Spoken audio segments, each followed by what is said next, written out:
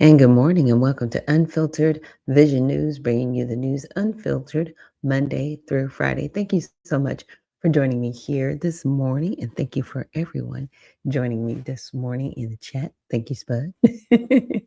Thank you so much for joining me.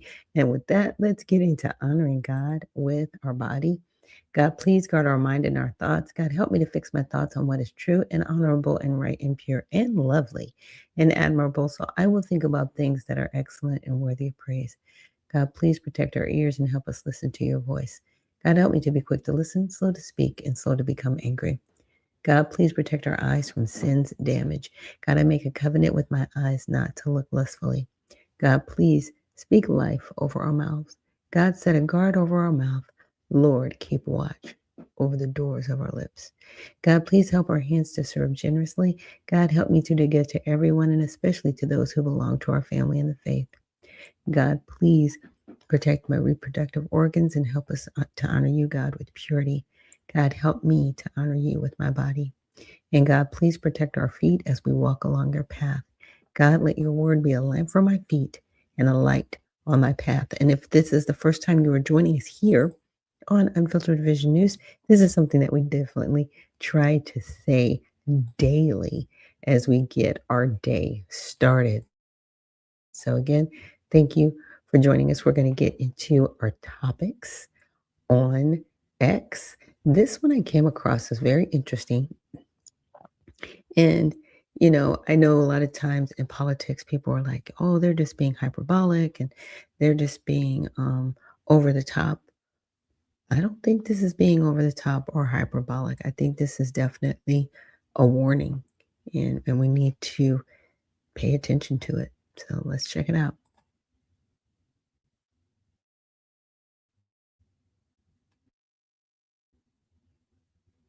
Let it catch up here. All right. And this is House Speaker Mike Johnson.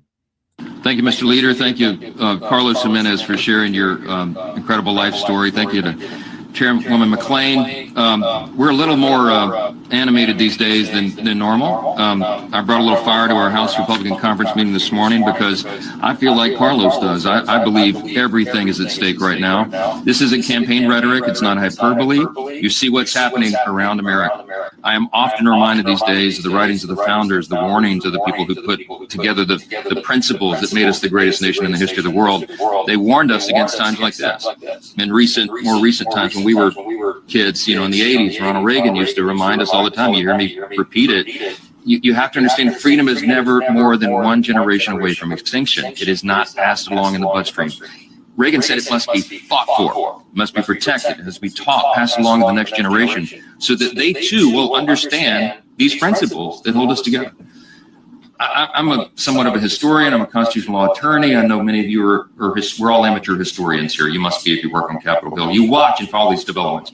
There's a small number of times in the history of America where the actual experiment in self-governance was on the ballot. The idea that we would preserve a constitutional republic, a one nation under God, a government of, by, and for the people, all that is in question right now. For the first time, really, in my lifetime, this is a real question the American people have to decide in November, in a midterm election for Congress and Senate. It's not something that we would have projected. I hoped and prayed it would never come to this, but here we are. The barbarians are in the game. Last night I did a little, in a big group actually, of VIPs that took on a tour. I don't get to do that very often anymore, but took a tour of the Capitol, a quick one. We wound up on the House floor, and I pointed to them, as you may have heard me reference this often. I think of it a lot. Why did Congress put "In God We Trust" above the rostrum of the Speaker's podium there in the center of the House? It's inscribed in the marble, as you know. You can't miss it when you walk in the chamber. It's the first thing people notice when they walk in at eye level and see it there. And I pointed out that in the visitor's guide to the House, it explains that. It says it was put there in 1962, and it says in the visitor's guide, it's been published for many years, it said Congress voted to place that there as a rebuke to the Soviets because of their philosophy during the Cold War. What was the philosophy of the Soviets? It's what Carlos just outlined, same philosophy of Cuba. The brutal dictatorship there that robbed him of his childhood, and so many countless others. They've lost their lives trying to flee from that brutal dictatorship. The philosophy of the Soviets during the Cold War was Marxism, communism, socialism. That's the thing. And when Congress voted in 1962 to put that there, it was right after your childhood in the late 50s when the Castro took over and destroyed Cuba. It was a completely foreseeable result. We were fighting it during the Cold War on distant shores in the USSR. And Congress was resolute on that. They were all united, and they understood that that's not who we are as Americans. The reason we are the greatest nation in the history of the world, the most free, most successful, most powerful, most benevolent. You hear me say it all the time. The reason that we are the greatest nation is because we were built on an entirely different and opposing set of values. Congress put In God We Trust above the rostrum because they wanted to remind everybody who would ever serve in this body in Congress that there is a huge distinction between us and the Soviets' philosophy. Communism, Marxism, socialism, all this begins with the premise that there is no God. It's a totally different philosophy. In our declaration that we just celebrated 250 years on July 4th, the nation's creed, as you hear me talk about all the time, the second paragraph, we hold these truths to be self-evident and all men are created equal. Our rights come from our creator, God. They do not come from the government. The communists believe the opposite. They believe that the government the state is God. The state is the one that gives you all your rights. And you know what? The state can also take those rights away. And that's exactly what happens. It's inevitable.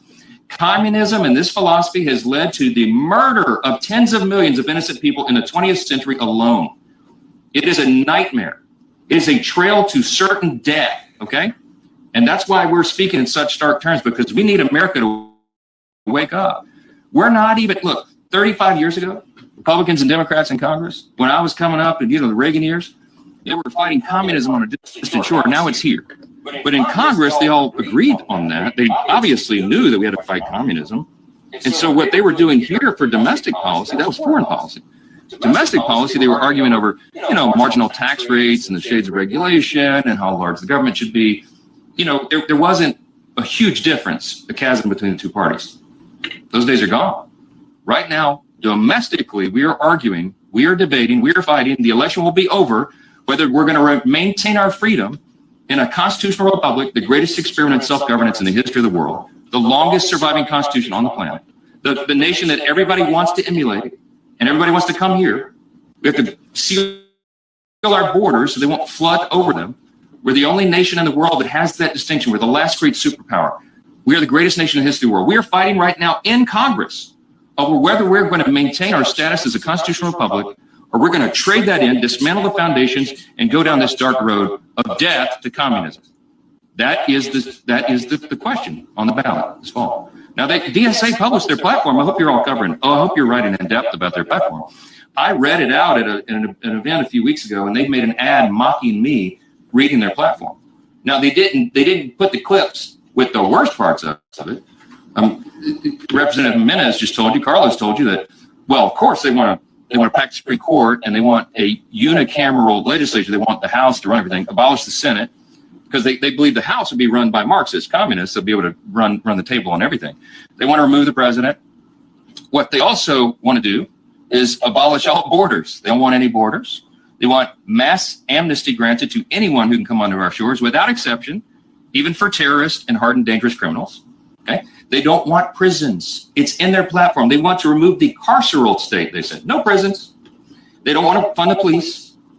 This is not a game. Everybody needs to understand. These crazy little mini Mamdanis who are popping up all around the country, they are a danger to you and your family. This is not a game. If they promise you free stuff, there is far more beneath those promises that even some of these people do not understand themselves. And so we are here as the Republican Party to stand on the founding principles of the greatest nation in the history of the world. It is our duty to do that. And we're doing it on behalf of all of you, even the journalists who don't agree with our policies all the time. You better agree on these principles, because it's what keeps you free. By the way, it's what keeps the press free, okay? This is essential for your well-being and your family. This is not a game. This is not our father's Democrat Party. We're not arguing over marginal tax rates anymore. We're arguing over whether or not freedom is going to survive. And that's why we're so serious about this. Look, I'm a happy warrior, man. I like to get up and have fun, but this is not a fun time. We're in a war. We're in a philosophical war to save the greatest nation in the history of the world. And we take it very seriously. So we recruited extraordinary candidates. We are raising record amounts of money that is necessary to win these elections, and we understand everything is at stake. Ronald Reagan used to quote Abraham Lincoln, and he reminded us that America is the last best hope of man on the earth. As was asked here very well, very articulately this morning, if not here, where? There is no answer to that question. This is the best. Not a perfect nation. We're still in a process of making a more perfect union. But we are working every day to ensure that the principles of individual freedom and limited government and the rule of law and peace through strength and fiscal responsibility and free markets and human dignity are maintained, because that is the formula that makes a successful, free, happy people and a successful nation. Yeah. And I played the full clip because I needed everybody to really understand, like, our freedom is on the line, period. I've met people that have immigrated here from other socialist countries, and they like, we don't understand why there are people in your country wanting where we left. We don't understand it. And, those are the people that you don't see on camera. Those are the voices that you don't hear, but they are many. So I just want to let you know they are on the ground floor. Now, I wanted to quickly mention this article. It's really sad. So ICE temporarily pauses vehicle stops after fatal shootings. This is the sad part, right? That this is something that is continuing to happen. So for the brief details, according to CBS, the directive applies to ICE enforcement and removal operations, the division responsible for civil immigration arrests, but not to Homeland Security. So two different divisions.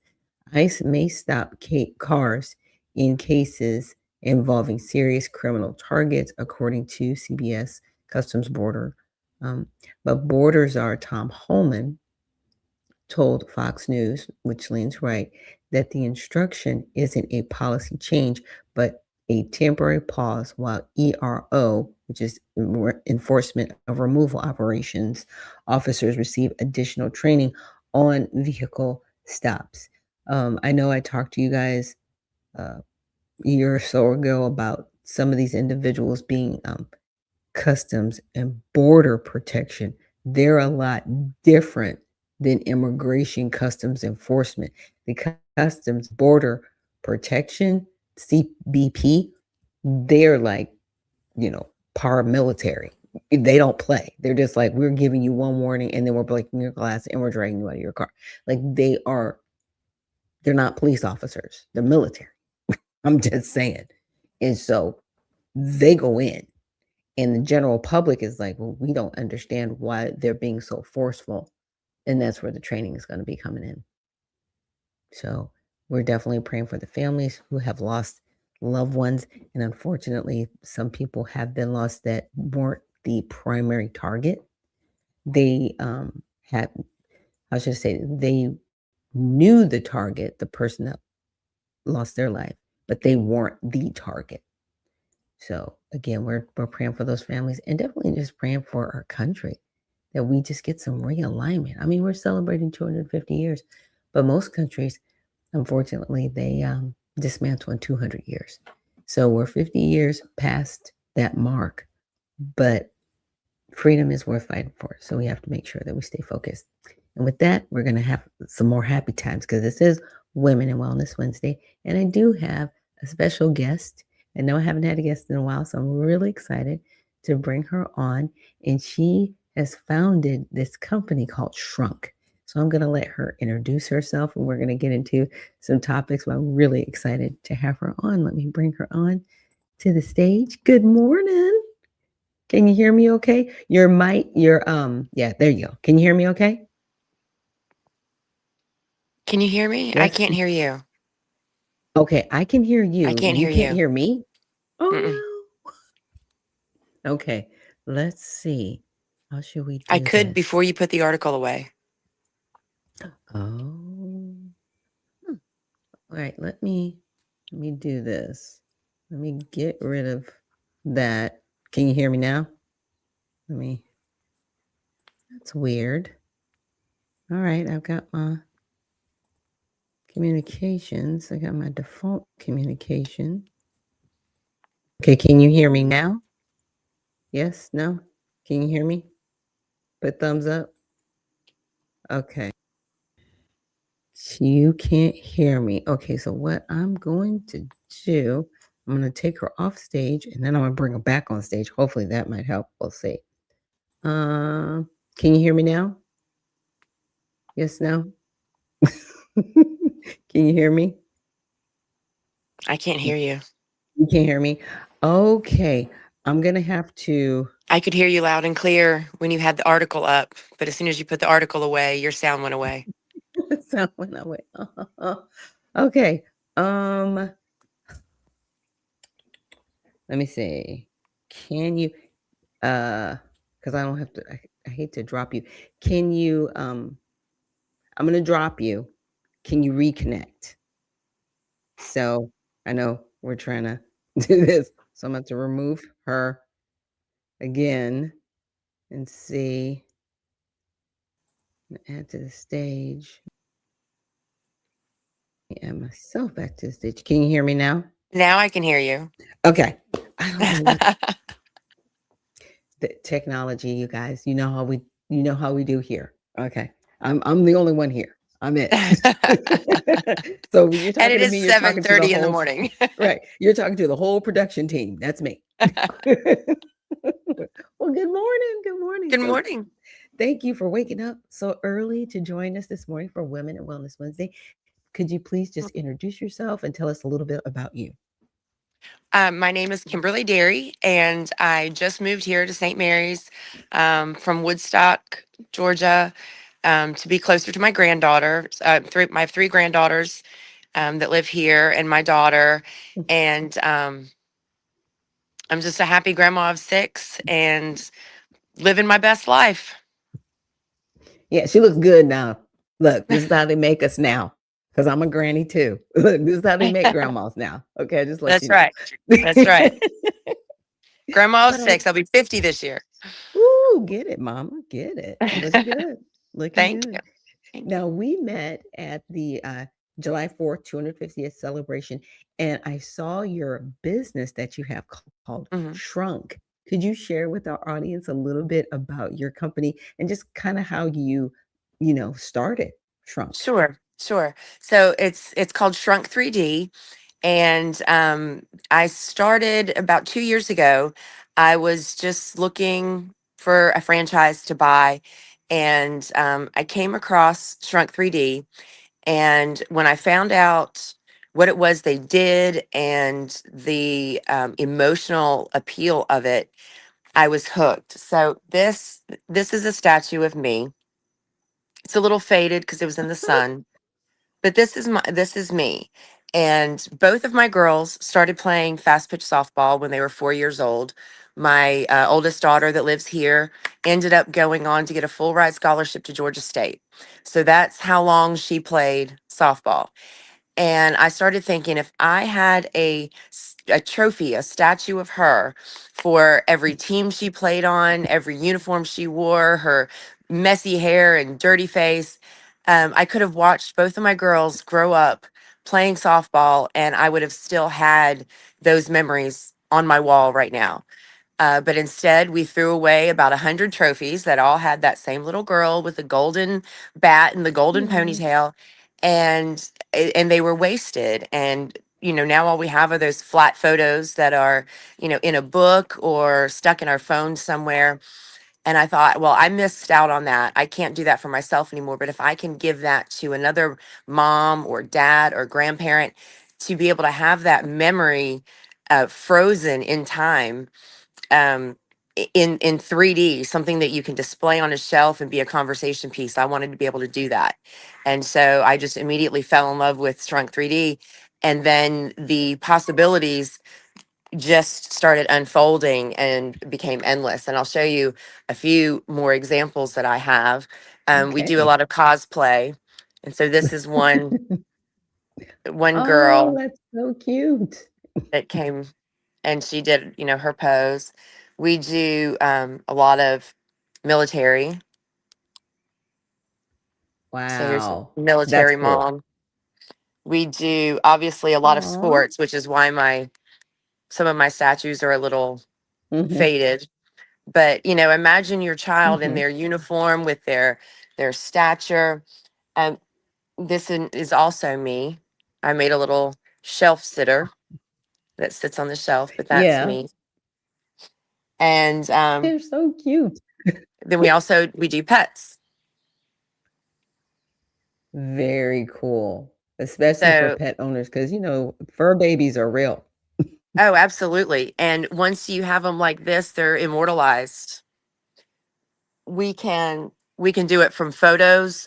We Mm. can one photo, or obviously the more photos you have, but typically the way it works is I have a booth, and I think you saw the booth that was behind me at the festival. Inside Mhm. there's 95 cameras. It Yes. takes 192 images all at one time, and then I send those images off to the designer, and in a few weeks something like this shows up at your house. That's my boyfriend and his Wow. grandson, and they were at the booth with me. That is so cool. That is But it just so shows. I mean, you can even cool. read his Because you shirt. I never don't know if really think about having something like that. right. And People. his little face That's is cute. just perfect, and you can even see all the tattoos on his Wow. arm. So they're incredibly detailed, very Mhm. hyper realistic, and the possibilities are endless.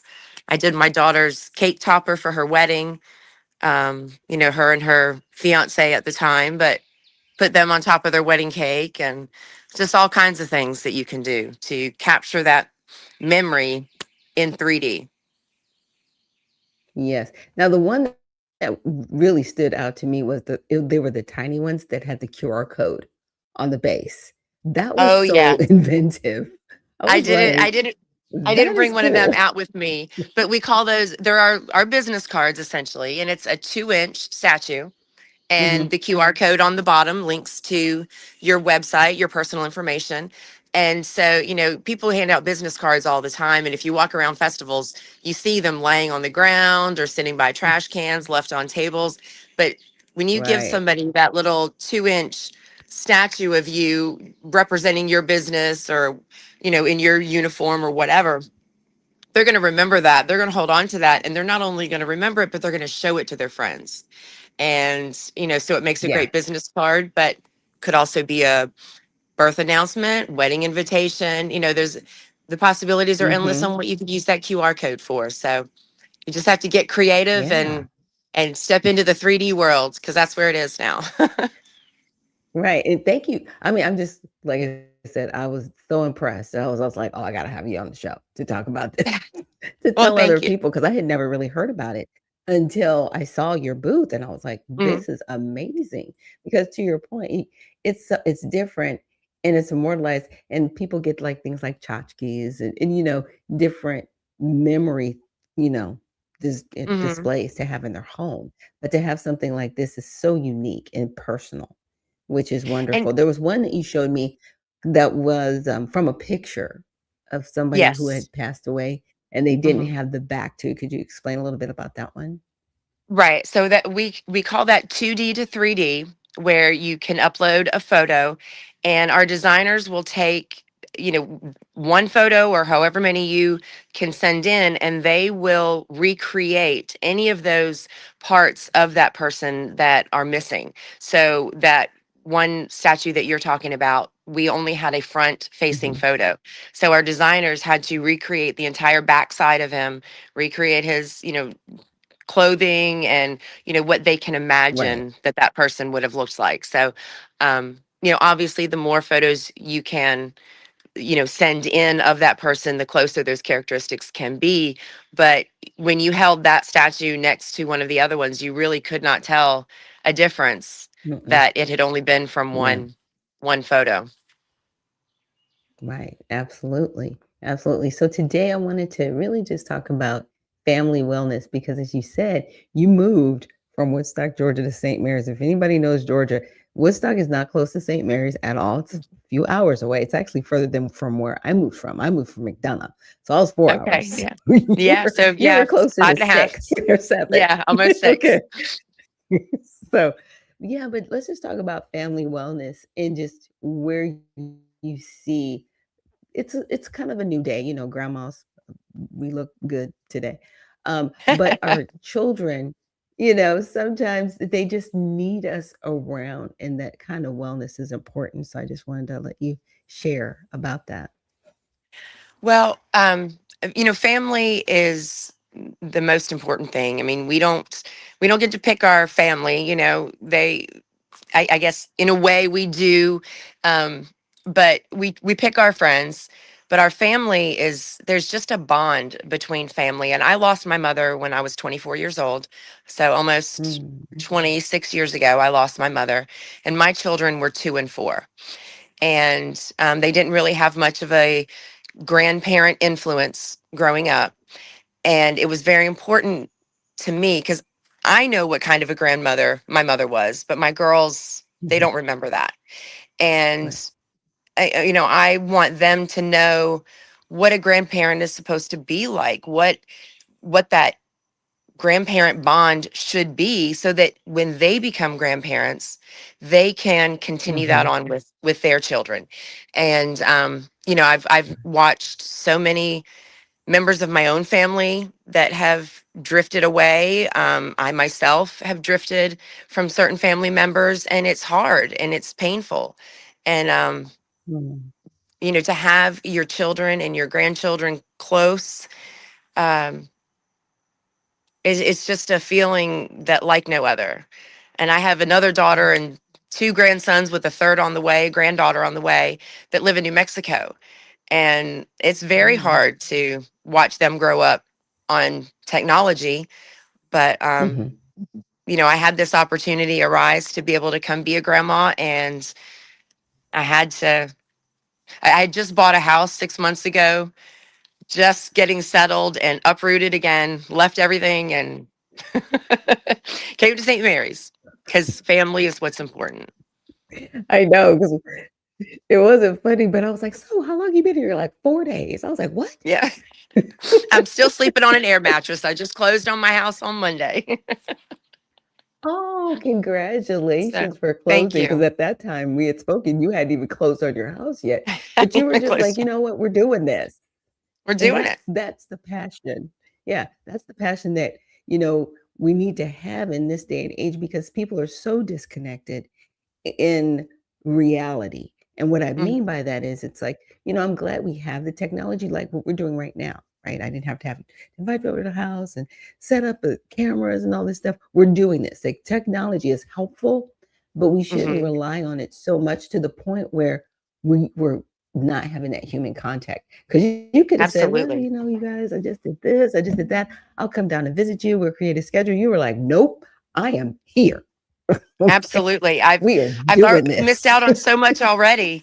And remember when we were growing up, we were outside playing all the Oh my time till gosh. this, Oh till my the gosh. streetlights came on, riding bikes and building Yes. forts. And you ask kids today, Mhm. they're what is a fort? They don't even know what building a fort in the woods is. And those are some of the Yeah. best memories, drinking from the garden hose. And I want my grandbabies Okay.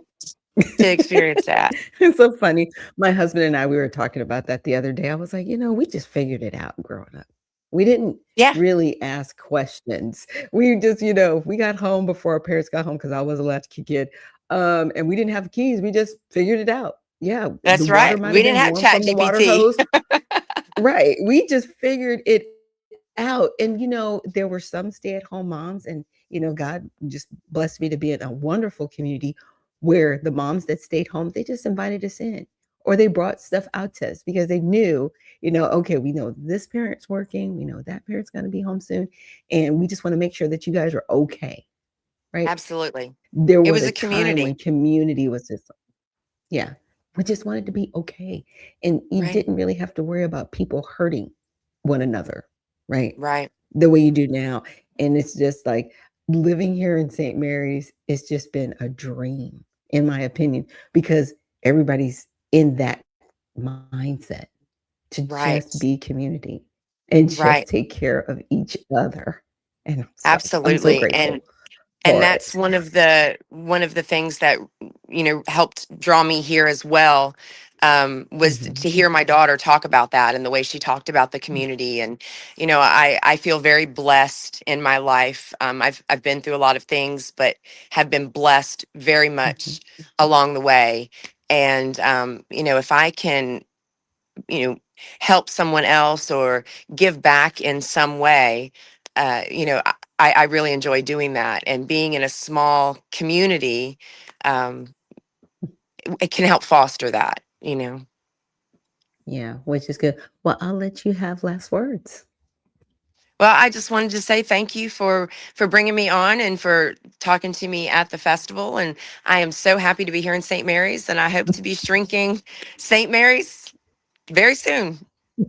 Yes, yes. And definitely can you give us your website? Sure, it's shrunk3d.com/East Cobb, because I came from Okay. East Cobb. So, Yes, yeah, yes. The East Cobb that is now in Camden County in the wonderful city of St. St. Mary's. Mary. So thank you so That's much right. for joining us this morning, and Thank we'll you. definitely be praying for your success. Thank you so much. God bless. All right, you guys. So that is shrunk3d.com/East Cobb. And we're so grateful to have Kim on today. She's a woman owned business as well, just being a grandma and just being family. And from the video that we just saw with Speaker Mike Johnson to, where Kim is at, those are the things that we need to look at preserving because, see, communism doesn't want that.